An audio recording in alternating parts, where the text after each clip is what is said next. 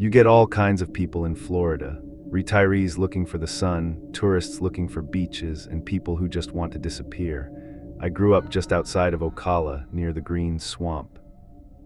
The humidity out there doesn't just make you sweat, it rots things, houses warp, metal rusts. I make my living flying commercial drones, mostly roof inspections, mapping, and real estate work. I get paid to see things from an angle nobody else has access to. 4 years ago, I took a freelance job for an out-of-state property developer. He bought 200 acres of raw swamp land sight unseen and hired me to map it for his engineers. I drove my truck down an access road that was barely more than a gravel path cut through thick palmetto trees. I parked on a dry patch of limestone, pulled out my main quadcopter, and booted up my monitor. I launched the drone and sat on the tailgate watching the live feed. It was honestly pretty boring. About 20 minutes into the flight, the drone reached the absolute center of the property. I was staring at the monitor, kind of spacing out. Then I noticed something weird right in the middle of all that green. I paused the flight path. I grabbed the joysticks and pulled the drone down to 200 feet to get a better look at what broke up the tree canopy. Sitting in the middle of nowhere was a small dirt clearing. Inside the clearing was a little single-story shack. It wasn't a rundown hunting blind or some old moonshine cabin. The roof was made of tin, painted bright red. Somebody even had a neatly planted vegetable garden sitting in the mud right beside it. I frowned and adjusted the screen brightness. The developer explicitly told me the land was totally uninhabited. The property hadn't changed hands in 50 years. There shouldn't be a single building anywhere out there. Squatters are pretty common in Florida. Drifters drag old campers out into the woods all the time, but this wasn't a camper. Someone had hauled materials out into the deep swamp where you definitely couldn't drive a truck and built a permanent house totally off the grid. I decided to drop the drone lower. I hovered at about 60 feet directly over the red roof. I angled the camera down toward the backyard. There was a large, flat patch of dirt surrounded by a really crude, handmade wire fence. Inside the fence were scarecrows. They weren't normal farm scarecrows. They were life-sized things built from PVC pipes, garbage bags, and old clothes, dressed in heavy winter coats and oversized suits. There were at least a dozen of them, arranged in strange little groups, standing upright in the mud. Some were posed sitting on folding chairs, some were standing in pairs. Their faces were just featureless burlap sacks wrapped tight with duct tape. I tilted the camera lens higher, intending to shoot a wide angle of the clearing and get the drone the hell out of there. The camera swept across the front porch of the shack. Sitting in a rocking chair, staring directly up at the sky, was an old man. He was incredibly thin. He wore a dirty white undershirt and overalls, but he wasn't just looking at the drone. He was holding a large, reflective mirror in his hands.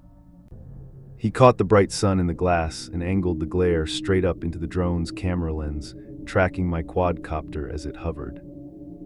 He knew I was there. He was intentionally flashing a signal right at the lens. I pushed the joystick hard to the right. I just wanted to bank the drone and fly it back to the truck at maximum speed. Before it could turn, the video feed wildly glitched out. Static exploded across my tablet. A loud burst of digital noise hissed from the speakers. The telemetry numbers at the top of my screen totally froze. My drone didn't fly back. The connection completely dropped. The screen went black. I hit the return to home button, which triggers the GPS fail-safe. Nothing happened. The drone was just gone. A high-end quadcopter costs over $4,000. I wasn't going to just abandon it in the swamp because some weird hermit flashed a mirror at me. If it went down, I had to hike out there, find the crash site, and remove my drone. I locked my truck, strapped on my snake boots, grabbed a machete to hack through the brush, and started hiking into the deep timber following the last GPS coordinates on my map app. The hike was brutal. The air was thick with mosquitoes, and the ground quickly turned into ankle-deep mud. I hacked through palmettos for nearly 2 hours. I finally reached the edge of the clearing. I stood behind a massive cypress tree, catching my breath, sweating through my shirt. I peeked around the bark. The place matched my video feed perfectly. Standing 10 feet away from my hiding spot was the wire fence. The figures stood completely still in the baking sun. Up close, the clothes were filthy, stained with years of swamp mud. But the old man wasn't on the porch anymore. The rocking chair was empty. I quickly scanned the clearing. Resting exactly in the center of a manicured dirt path leading up to the front steps was my drone. It hadn't crashed at all. The propellers were totally fine. It had landed softly in the dirt. My heart was going crazy. I needed to grab the drone and get out of there. The old guy was hiding somewhere, and he knew somebody was coming for the expensive hardware. I didn't try to sneak. I broke from the tree cover, sprinting across the muddy yard toward the dirt path. I grabbed the body of the drone and tucked it tight under my arm. I turned around to run back into the timber. I stopped dead. I looked at the scarecrows standing inside the wire fence. When I peeked out from the tree, the group closest to the fence had been facing the house. They weren't anymore. All 4 figures were turned completely around, facing directly at me. I stared at the stiff, oversized winter coats. A single, thick bead of sweat rolled down from the bottom of the burlap sack covering the face of the scarecrow on the far right. It wasn't rain, it wasn't morning condensation in the brutal afternoon heat. I gripped the drone tight under my arm, turned my back, and practically tore myself apart sprinting back into the brush. I didn't stop running until I hit my truck. I locked the doors, threw the truck into gear, and didn't slow down until I was back on the highway. I sat in the cab, waiting for my breathing to slow down. I grabbed the drone off the passenger seat to check for any expensive damage. That is when I noticed the microSD card slot was empty. I called the out-of-state property developer and said my drone went down. The SD card with the topography data was stolen, and an aggressive squatter was living on his private property. The developer was furious. He called the county sheriff's office immediately to file a trespassing complaint. A deputy called me the next morning, asking if I could ride out to the coordinates to help him locate the exact clearing. When we finally found the red-roofed shack, the garden was still there, but the wire fence was gone. Every one of those scarecrow things was gone. The deputy walked up to the dirt path leading to the porch. He didn't find anyone hiding inside the empty shack. But sitting perfectly centered on the dirt path was a jagged piece of reflective glass broken from a handheld mirror. Tucked neatly underneath the glass was my microSD card. It was completely destroyed, smashed in half with a rock. And sitting in the mud right next to the broken glass was a torn, dirty piece of cardboard. Written across the cardboard in thick black marker was a message: "Stay out, you were warned." They didn't just want the footage destroyed, they wanted to send a message. I never went back to that development site. The developers pulled out of the project a year later, deciding the terrain was too unstable to clear out. They left the property exactly as they found it. Raw and totally isolated, which is exactly how the people living out there want it to stay.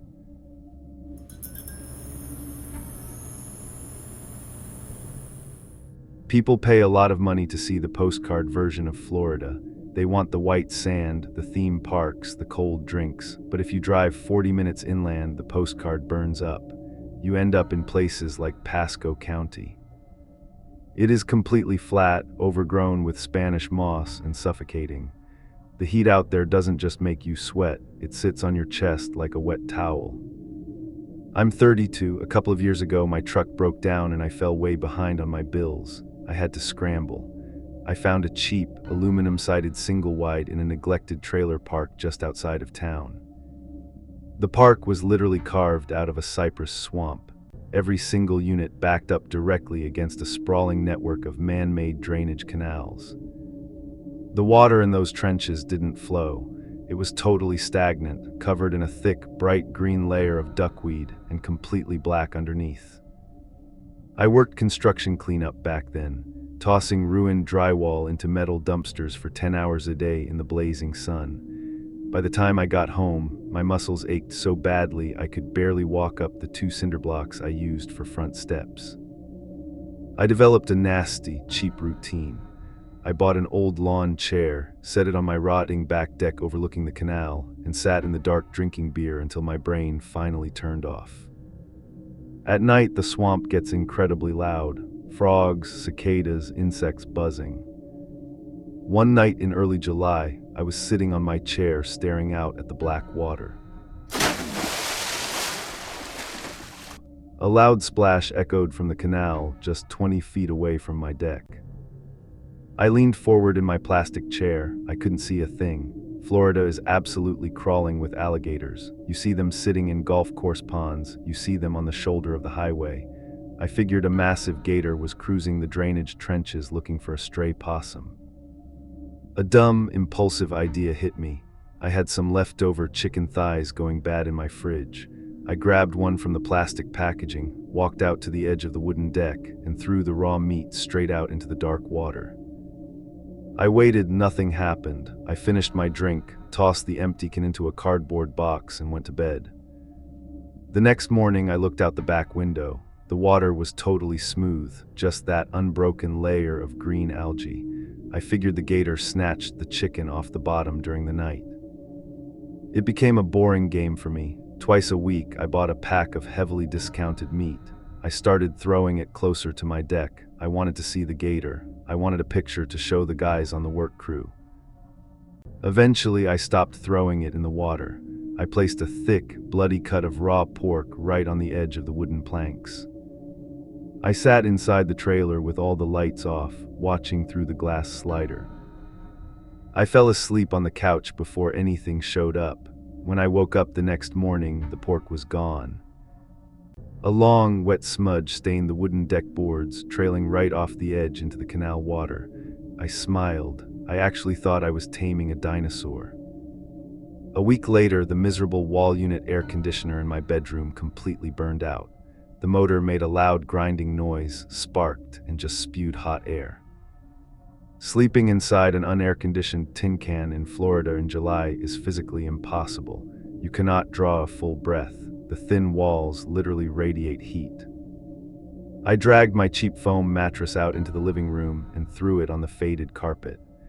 I pushed the glass sliding door open to get some cross-ventilation, leaving only the flimsy wire mesh screen shut to keep the mosquitoes out.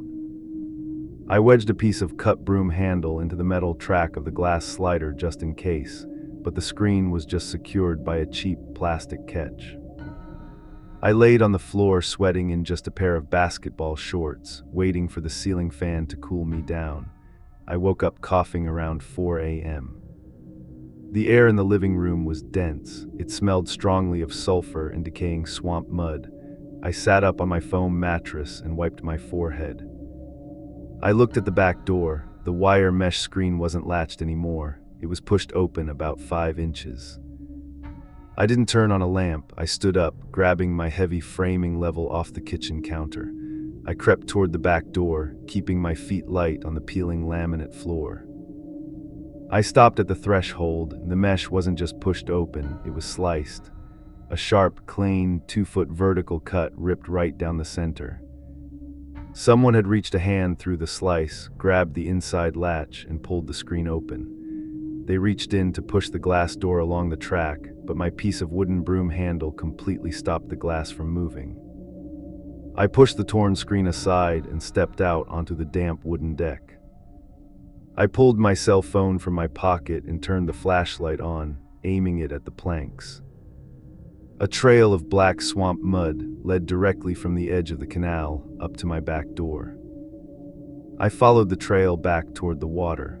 I shined the light on the wooden post near the edge. A perfectly clear handprint was pressed hard into the algae on the wood, 4 long fingers and a thumb, not a claw. I stopped breathing entirely. A wave of raw, nauseating dread crawled straight up my throat. An alligator hadn't been taking the raw meat off my deck. Someone was silently swimming through the opaque, bacteria-filled canal in the pitch black, pulling themselves up onto my property, taking raw, spoiling meat left on dirty wood and vanishing back into the water without making a single sound. And last night they got curious. They crawled onto my deck, pulled a blade out, cut my screen, and tried to climb inside my trailer while I was sleeping on the floor. I didn't call the county sheriff. Getting a deputy out to a miserable trailer park for a cut window screen would take hours, and they would just tell me to buy some duct tape. The sun was coming up. I drove to the hardware store, bought a sheet of plywood, and screwed it directly into the frame over the sliding glass door. I completely boarded myself inside. I packed my clothes, threw my mattress in my truck, and went to stay with a coworker across town. I broke my rental agreement and forfeited my entire deposit. 2 months passed. I finally found a decent, second-floor apartment miles away from the coast. My daily commute to the construction site took me past the turnoff for my old trailer park. For weeks, I just drove by and kept my eyes straight ahead. But one Friday afternoon, pure morbid curiosity got the better of me. I turned my truck down the dirt access road. I pulled up in front of my old single-wide. A rusted sedan was parked in the dirt driveway. The property management company hadn't wasted any time. They found a new tenant and moved them in. I cut the engine. I stepped out of my truck and walked quietly around the side of the trailer, looking toward the back deck hovering over the drainage canal. The sheet of plywood I had bolted over the sliding glass door was gone. The new tenant clearly took it down to get some sunlight in the living room. I looked closely at the wooden decking. Sitting directly on the rotting planks, hovering right over the opaque black water, was a white dinner plate. Resting in the center of the plate was a bloody piece of steak. My stomach turned completely upside down. The man in the canal hadn't just moved on, he adapted. He found a brand new source of food, and whoever lived inside that trailer right now was playing the exact same stupid game I had played, thinking they were tossing scraps to an alligator in the dark. I walked back to my truck. I didn't knock on the door to warn them. I just put the truck in gear and drove away. Florida sits on thousands of miles of interconnected, unregulated, stagnant water. Millions of backyards bleed right into those black trenches. You never really know what is quietly holding its breath, swimming right up to the edge of your property in the dark, patiently waiting for you to leave a door open.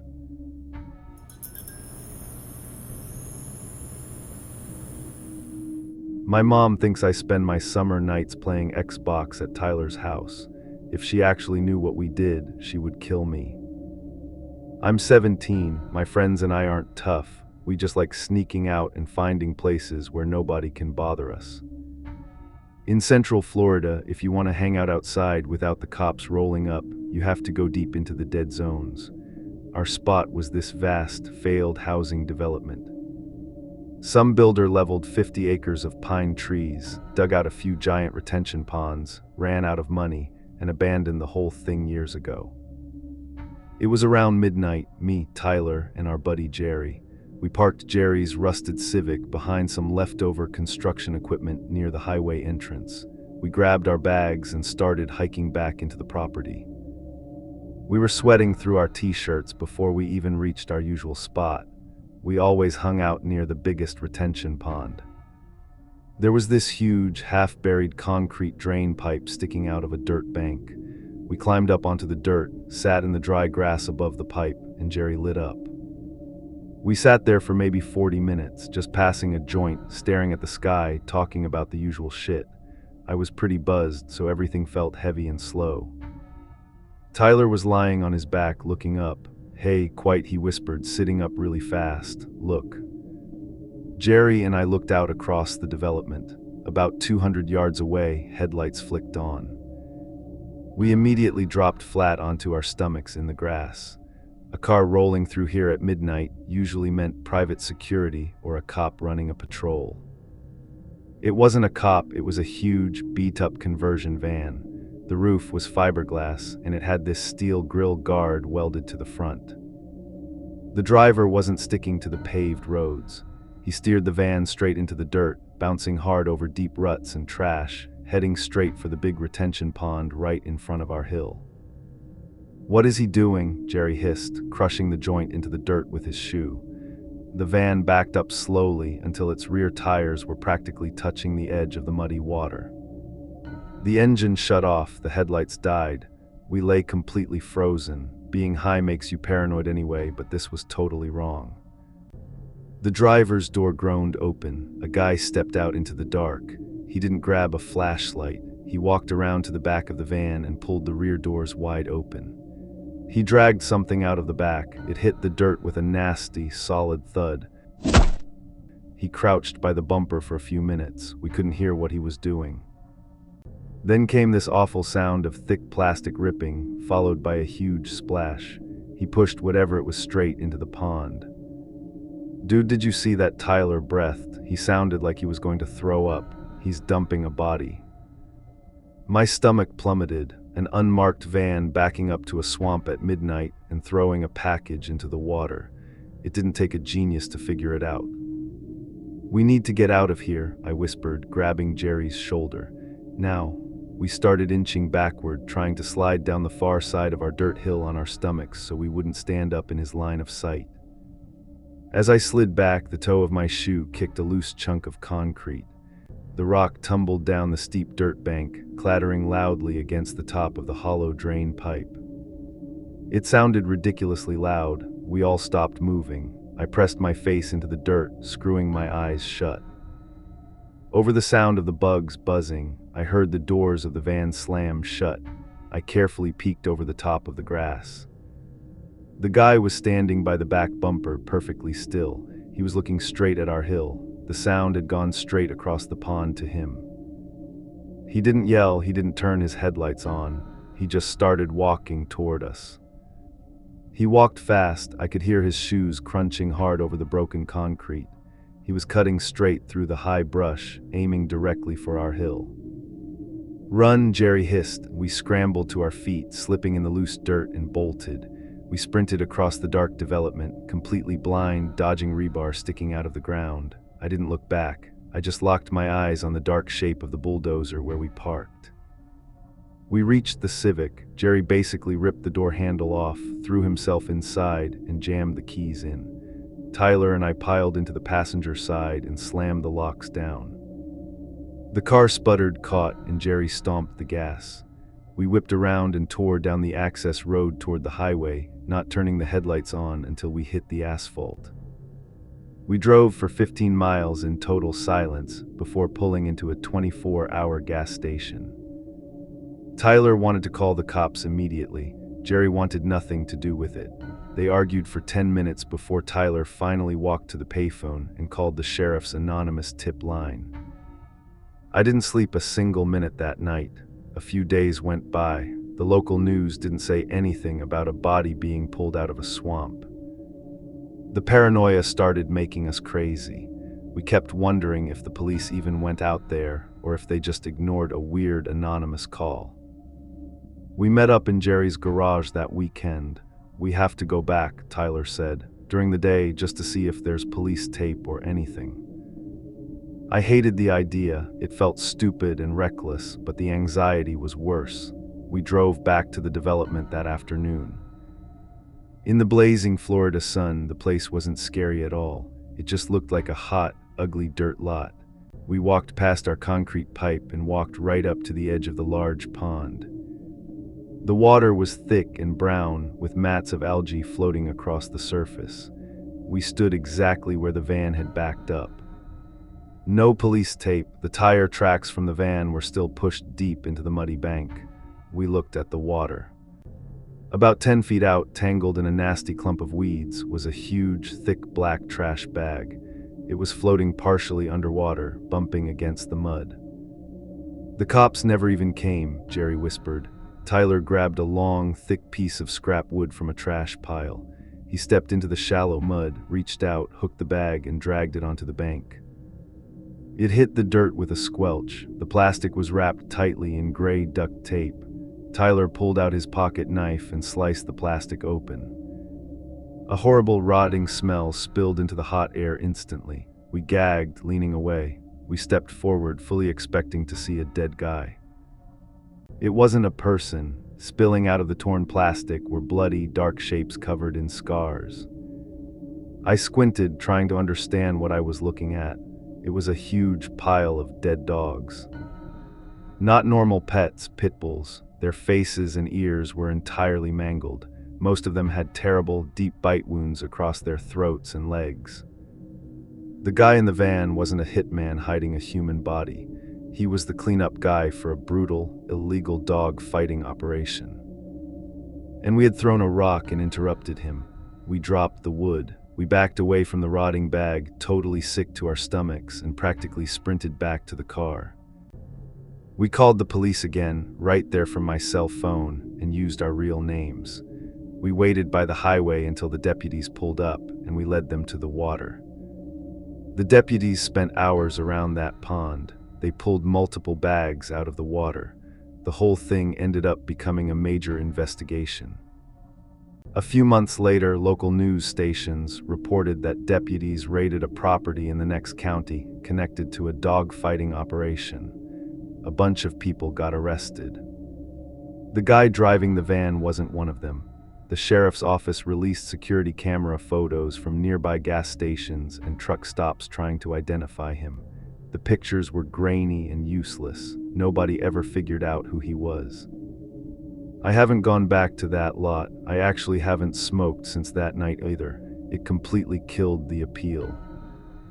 Jerry swears he saw that van one more time a few months later, sitting at a red light near his neighborhood. He followed it for 2 blocks before it turned into traffic and disappeared.